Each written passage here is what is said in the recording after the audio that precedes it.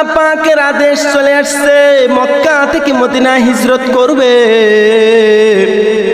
হিজরতের সময় আল্লাহ রাসূল বারবার মক্কার দিকে তাকায় আর কাঁদে, হায় হায়, যে মক্কার মরুভূমির প্রান্তরে আমার জন্ম হয়েছে, আজ আমার পিতামাতা দুনিয়ার মধ্যে নাই। মক্কার মানুষেরা আমাকে দুনিয়ার মধ্যে মক্কার মধ্যে থাকতে দিল না।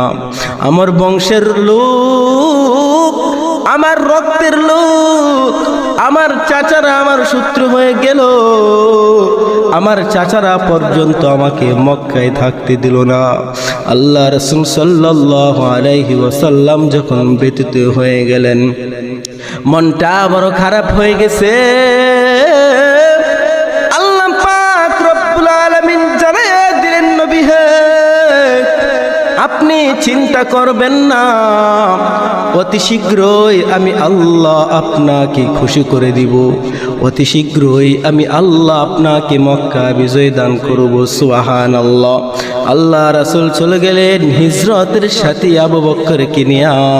আল্লাহ পাক রব্বুল আলামিন আপনার আমার নবী রাসূল আরবি সাল্লাল্লাহু আলাইহি ওয়াসাল্লামকে মক্কা বিজয় দান করলেন।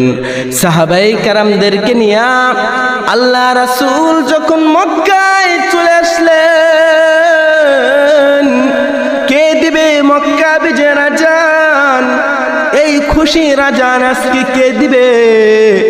একজন সাহাবী দাঁড়ায় বলে, ইয়া রাসূলুল্লাহ, ইয়া হাবিবাল্লাহ, আজকে মক্কা বিজয়ের আজান দিবে আবু বকর। কারণ দিনের জন্য, ইসলামের জন্য আবু বকর অনেক ত্যাগ আছে, অনেক পরিশ্রম আছে। আর আপনার কষ্টের জিন্দেগিতে আবু বকর ছিল আপনার একজন প্রিয় সাহাবী। আবু বকর ছিল আপনার ছোট্টবেলার বন্ধু। আজকে যদি মক্কা বিজয়ের আজান কেউ দেয়, তাহলে আর কেউ আজকে মক্কা বিজয়ের আজান দেবে না। আজকে মক্কা বিজয়ের আজান দেবে হযরত আবু বকর। আরেকজন দাঁড়ায় বলে, ইয়া রাসূলুল্লাহ, ইয়া হাবিবাল্লাহ, আজকে মক্কা বিজয়ের আজান দিবে হযরত ওমর। কারণ দিনের জন্য ওমরের অনেক ত্যাগ, অনেক পরিত্যাগ আছে। আমরা এমন একটা সময় ছিল প্রকাশ্যে নামাজ পড়তে পারি নাই, প্রকাশ্যে আজান দিতে পারি নাই। ওমর যেদিন থেকে কালিমা পড়ে মুসলমান হয়েছে, ওমর ডাক দেয়া কয়, কে আসো? তোমার মায়ের বুক তুমি খালি করবে, আসো আমার সাথে লড়াই করার জন্যে। আমি আজকে কালিমা পড়ে মুসলমান হয়েছি, আজ থেকে প্রকাশ্যে মক্কার মসজিদের ভিতরে আজান দেওয়া হবে। সুবহানাল্লাহ।